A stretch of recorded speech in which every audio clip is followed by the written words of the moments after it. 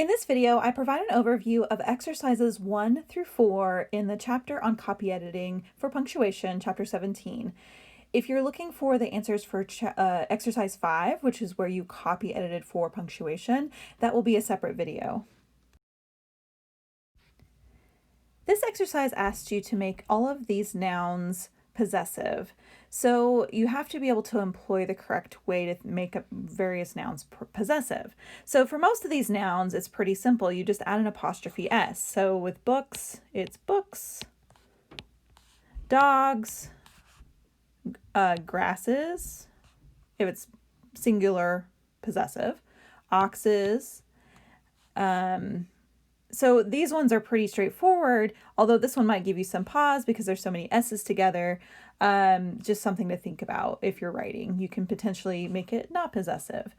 Oxen is plural, but because it doesn't end in S, you still attach an apostrophe S.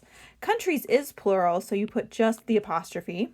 Data is plural, but it doesn't end in S, so again, apostrophe S. Same with bacteria is singular, so apostrophe S. Xbox gave me some pause, but it's a typical noun, and so just boxes like that. Mouse, singular. Mice is plural, but again doesn't end in S, so it's made possessive in this way. So exercise 1 may have seemed pretty straightforward with just thinking about the rules around possessives, but then we get into some complications when we start having names.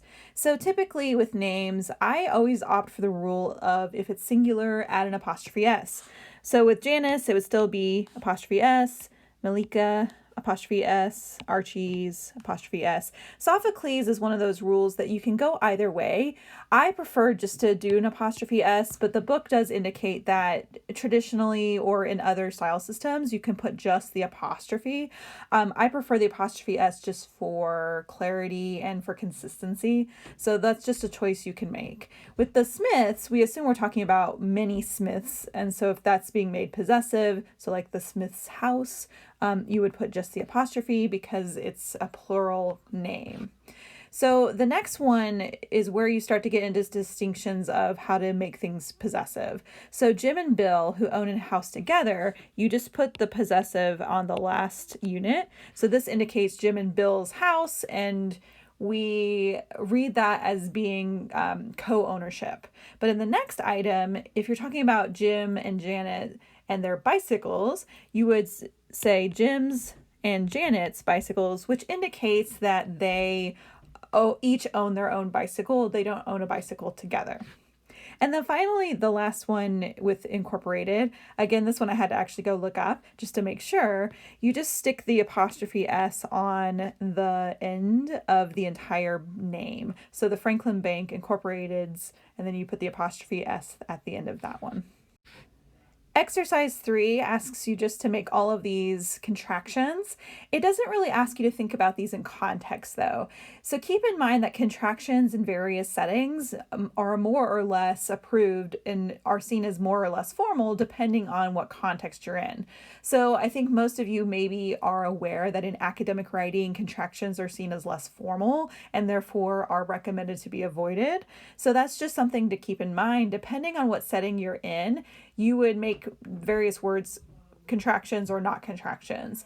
And then within the realm of contractions, some are seen as more formal and some are seen as less formal. So I'll just talk a little bit about those as we go through. So it is, of course, is its. This one is frequently confused with possessive its, which is just without an apostrophe. Will not is won't. And again, I had to pause and think about that for half a second. Could have would be could have.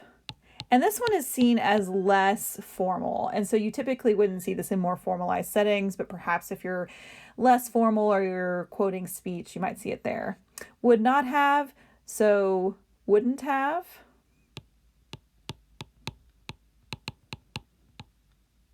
We are, we're, they are, there. This is one of the infamous there, theirs. She is not can be made in a couple of ways. So you could say she's not or she isn't, depending on what you want to emphasize. He has not, he hasn't. And then who is the new student? And this is a trick a little bit. So whose, with the apostrophe S, is the new student because it's a contraction. So don't confuse that with whose. It is not the same. It is, whose is possessive.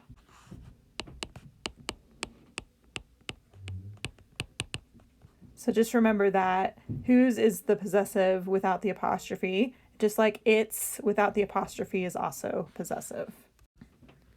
Exercise 4 was a series of a series of statements that you were supposed to indicate were true or false. And I'll just go through each of those and explain why.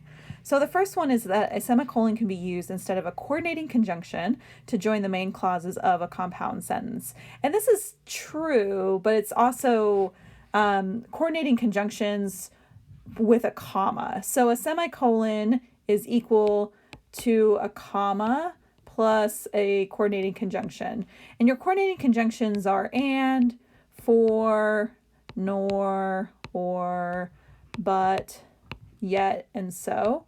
These are all considered coordinating conjunctions. And so you can combine two complete sentences or two independent clauses with a comma or a coordinating conjunction, and you can substitute that with a semicolon. So again, a semicolon operates as the super comma, and it can stand in for a comma and a coordinating conjunction. So the second one, commas can be used to separate items in a series. That one is true. And typically you use commas to separate individual items. It helps create clarity and make sure that those items don't run into each other. The complication with the items in a series come with if you have more than two items. Or if you have two items, you can separate it with just a coordinating conjunction. But if you have more than three items, the challenge is whether or not you opt for what's called the Oxford comma, or the comma that is between the next to last and the last item. So just keep that in mind. The next one, it is rarely wrong to use a comma after an introductory word, phrase, or clause in a sentence. And I would put true on this one as well. And often you can opt whether or not to have that comma, particularly if you're using a prepositional phrase as an introductory element. But I like to use the commas for clarity. So you want to be able to make your choices and be consistent. So just keep that in mind.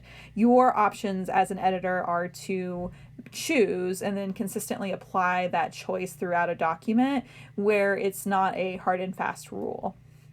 D, it is an error to place a comma between and the next to last item in a series. And that one is false. But again, goes back to B, which is that the challenge that you have to make or that you have to decide as an editor is whether or not you're applying the Oxford comma or not. In some style settings, you would not use it, and some you would. Chicago Manual Style prefers it because it creates clarity. There's lots of opportunities for ambiguity, and there's a whole bunch of jokes out on the internet that show the ambiguity that's introduced by not using an Oxford comma. So just keep that in mind. E, a colon can be used to introduce a list, which is true, but you want to be careful with what that means. So it's not always used to introduce a list. So keep that in mind. So yes, it can be used to introduce a list, but not always. It's only under certain circumstances. So typically it's when the list follows a complete sentence that can stand on its own, or the words as the following indicate or something like that. When you have something like including or the reasons include, you don't want to put a colon there because you're breaking a verb from its objects. And so you typically don't want to insert punctuation in between subjects and their verbs or verbs and their objects. So just keep that in mind as you edit for those things. And the last series of items, parentheses can be used to set off supplemental information after a main clause. That is true. Like many forms of punctuation, you want to be careful about not overusing parentheses. So typically the information that's included in the parentheses is meant to be additional or supplemental information. But if it's integral or really essential information, you want to incorporate it into the main sentence without the parentheses. A hyphen can substitute for an em dash. Nope, absolutely not. So these are two different forms of punctuation. A hyphen is typically used to form compound words or for other purposes in that way, but it's typically internal to two different words. An em dash is a bit like a colon where it causes more of a pause, and so it's meant to offset phrases within a sentence, so longer elements, to create what's called a positive or a non-restrictive phrase, or to add on additional information. And so you really want to understand the distinction between a hyphen and an em dash are that they're very different forms of punctuation and used for different purposes. Typically, if you're using Word, when you do two hyphens next to each other, it elongates them to make the em dash. Other programs won't do that, and you'll just have those two dashes. So just keep that in mind as well. Or I'm sorry, those two hyphens. H, a semicolon should not be used to separate items in the series if the items themselves contain commas. This is false. So occasionally you can just use all the commas if you think it's unclear, but when you have a series of items that have internal commas, but they are meant to be demarcated as individual, you would use semicolons to separate those items. And this is, again, semicolons function as that super comma. So just keep that in mind. If it's clear without the semicolons, you might opt to not use them, but sometimes the semicolons can create more clarity. Quotation marks must be preceded by a colon, and this is false. It's the must that gets it here. So it's not always preceded by a colon. It really depends on the context. So sometimes you do use a colon to introduce a quotation, and sometimes you don't. It just depends on the function of this part of the sentence that precedes the quotation, because if it's an independent clause, you might opt for a colon, but if it runs into the quotation, it's integral there, you might just set it off with a comma or no punctuation at all. Finally, quotation marks can be used to enclose both direct and indirect quotations, and that's true, or I'm sorry, that's false, because it's only direct quotations. Indirect quotations are not, you don't use quotation marks with that, because we read quotation marks as being direct quotes.